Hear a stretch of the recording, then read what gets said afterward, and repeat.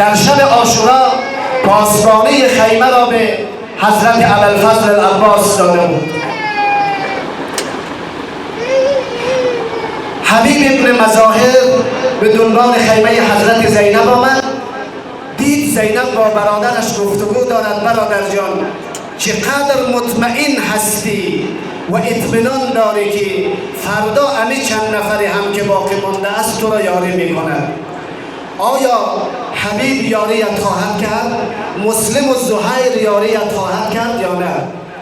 وقتی که حبیب این جمله را شنید آمد محضر آقا ابوالفضل العباس، صدا زد عباس جان. آقا ابوالفضل العباس توجه نکرد. باز گفت آقا جان حرف مهمی دارم. گفت چه حرف داری؟ میبینی وضعیت خیلی خطرناک هست، باید خیمه ها رو پاسداری کنیم کسی حمله نکند به خیمه ها. حالا چی مطلب داری؟ گفت برای اینه که زینب اطمینان ندارد ما یاری حسین رو میکنیم فردا. بیا برای اینه که به زینب اطمینان بدهیم یه کار کنیم.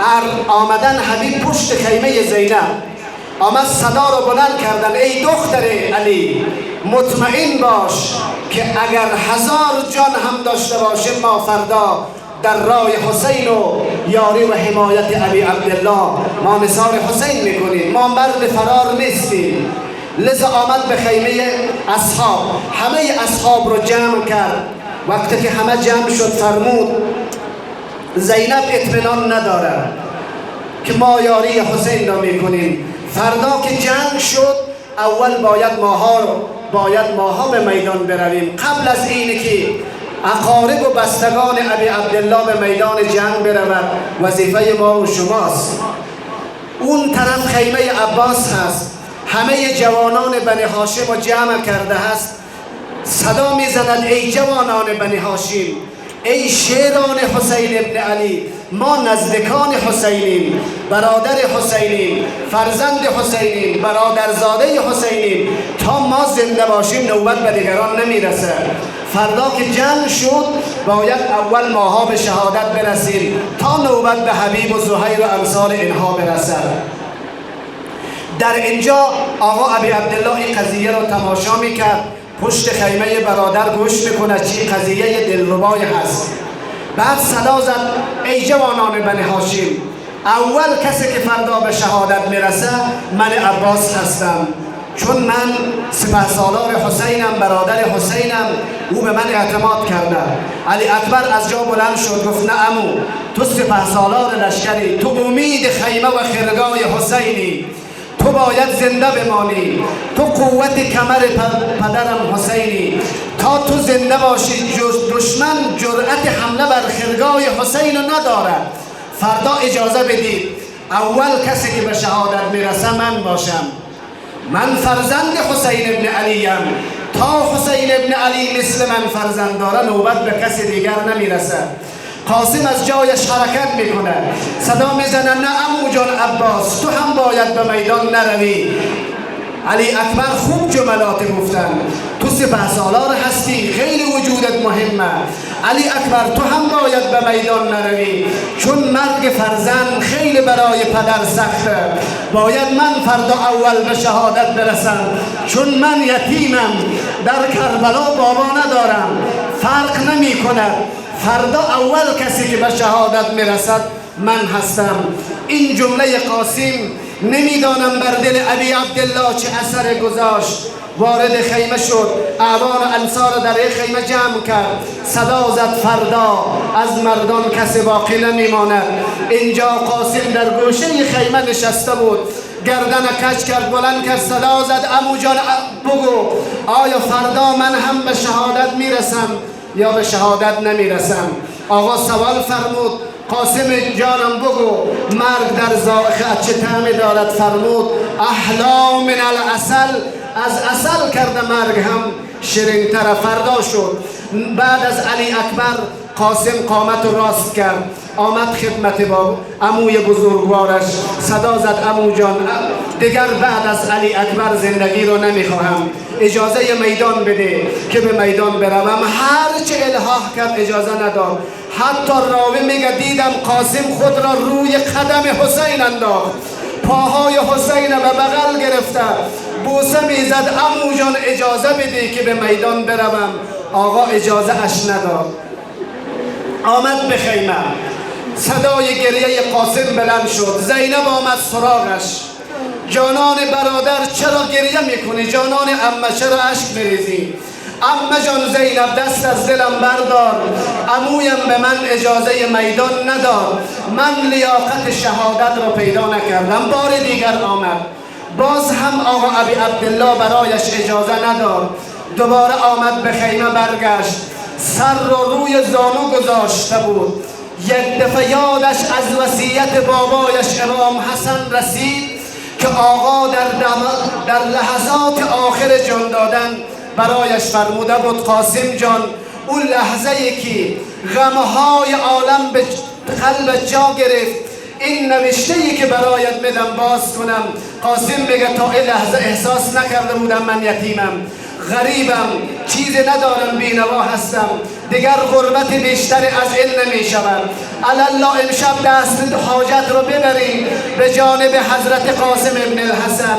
هم یتیم است، هم مظلوم و غریب است و هم بسیار به پیشگاه آقا ابی عبدالله دارای عظمت.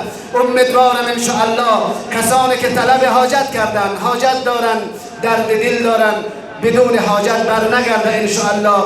دید این کاغذ باز کرد، نوشته کرده جانان بابا قاسم عزیزم، تو در کربلا وقت عمویت حسین بیاورمان هوش داری دست از یاری برادر غریبم حسین بر نداری.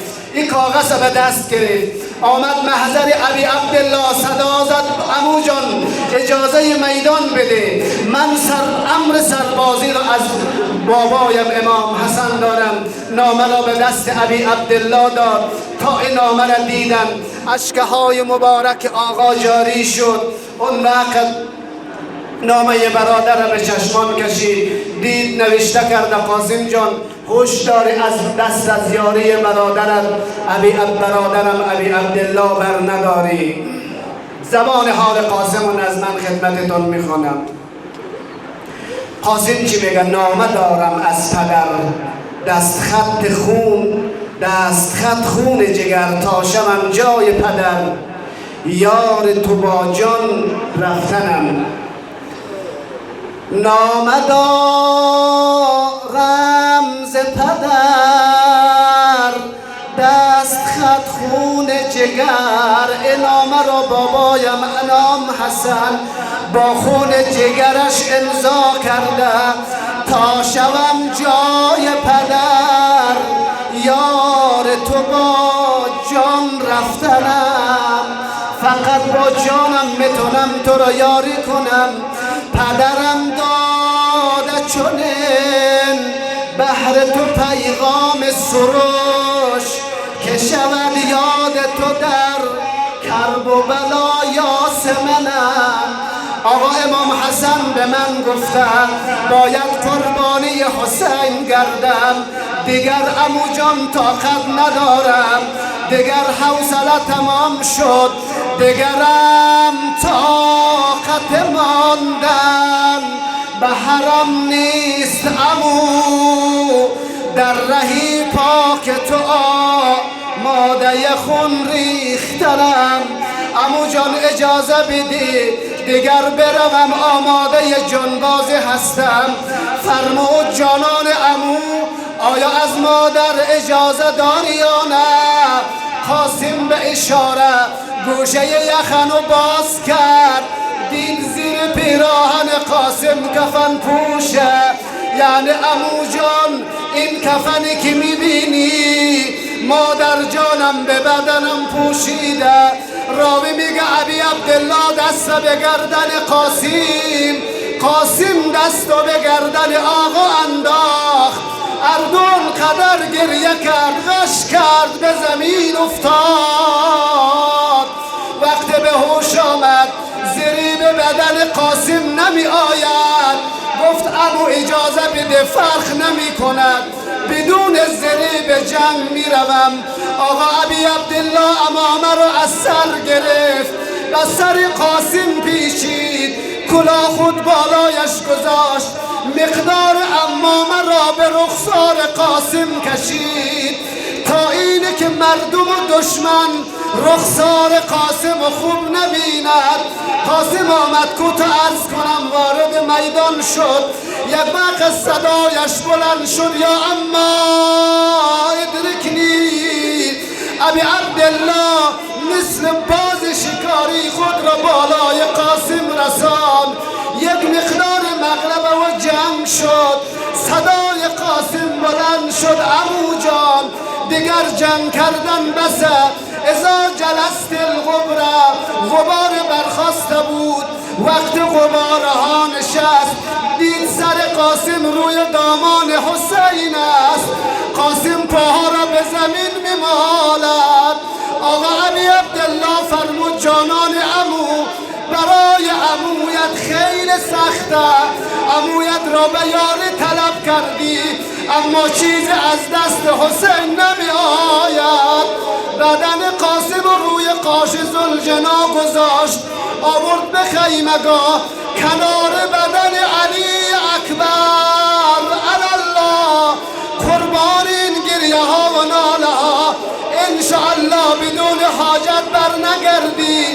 اگر آرزوی کربلا داری، اگر مسافر داری، اگر مریض داری، کلمه ختم منه. آقا ابی عبدالله یک دست به گردن قاسم، دست دیگر به گردن علی اکبر انداخت.